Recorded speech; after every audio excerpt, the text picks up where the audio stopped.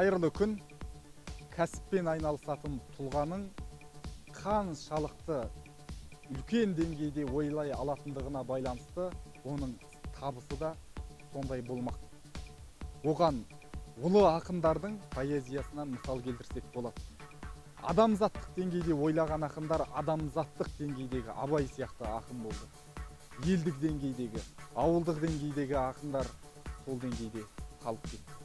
Енді адамзаттық деңгейде ойлаған Шәкәрім бабамыздың, Абайдың немере інісі, тікелей шәкірті Шәкәрімнің бір керемет өлеңін ұсынғым келіп отыр. Бұл өлең әрбір кәсіпкердің, адамзаттық деңгейде ойлайтын кәсіпкердің жүрегінде жатуы керек деп есептеймін.